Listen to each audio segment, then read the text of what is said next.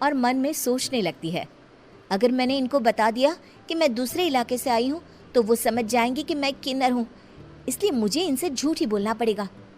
शक्ति हर्ष को कहती है, जी हाँ, मैं इस गांव में नई आई हूँ, यहाँ अकेली रहती हूँ। वैसे आप कौन है? आप भी इसी गांव में रहते हैं?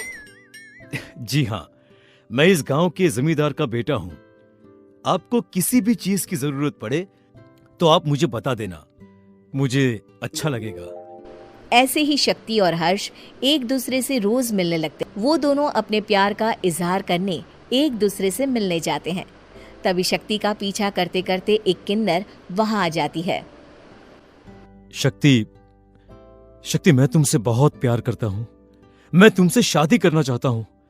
क्या तुम मुझसे शादी करोगी?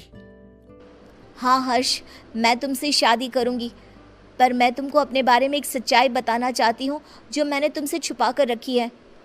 तभी उनके बीच में ही वो किन्नर आ जाती है। शक्ति, तेरी हिम्मत कैसे हुई ऐसा करने की? वो किन्नर शक्ति को खींचकर गांव के जमींदार के पास ले जाती है। हर्ष भी वहां शक्ति को बचाने के लिए पहुंच जाता है। जमींदार शक्ति और हर्ष के प्यार के बारे में सुनकर गुस्से में आ जाता है और शक्ति को गांव के बाहर निकालने की सजा देता है। शक्ति ये बात सहन नहीं कर पाती और कुएं में कूदकर अपनी जान दे देती है। जमींदार हर्ष की शादी गांव की एक लड़की से करवा देता है, पर हर्ष इस शादी से खुश नहीं होता।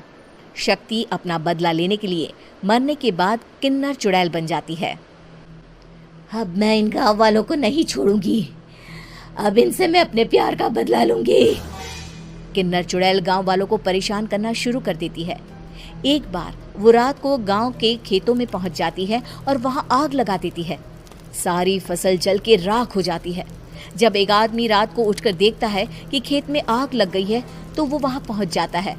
वो देखता है कि खेतों के बीचों बीच एक किन्नर चुड़ैल खड़ी है और वहां खड़े होकर ताली बजा रही है। गांव वाला किन्नर चुड़ैल को देखकर बेहोश हो जाता है। जब सुबह उस आदमी को होश आता है तो वो सीधा जमींदार के पास जाता है। अरे जमींदार साहब, अरे वो किन्नर चुड़ैल ने मेरी सारी फसल जला दी। अब मैं क्या करूंगा, क्या होगा मेरा? जमींदार चुड़ैल किन्नर का नाम सुनते ही सब कुछ समझ जाता है। अब वो बहुत डर जाता है। उसी रात को जब जमींदार डर के मारे अपने कमरे में सो नहीं पाता, तभी वहां अचानक से किन्नर चुड़ैल आ जाती है। किन्नर चुड़ैल जोर जोर से जमींदार के आगे खड़ी होकर हंसने लगती है और ताली बजाने लगती है। जमींदार उस डरावनी किन्नर चुड़ैल को देखकर बहुत डर जाता है।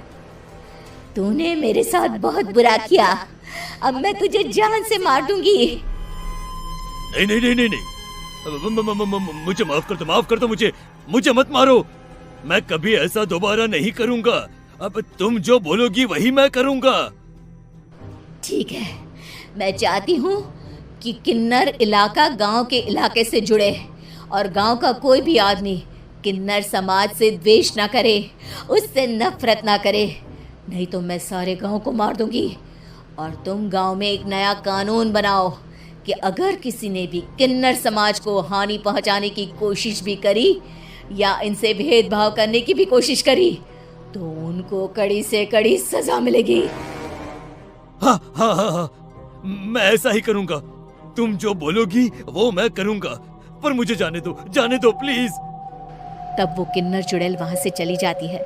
गांव का जमींदार किन्नर चुड़ैल का कहा मानते हुए दोनों इलाकों को एक कर देता है और नया कानून भी लागू कर देता है। तब से वहां किन्नर समाज और बाकी गांव वाले शांतिपूर्वक रहने लगते हैं।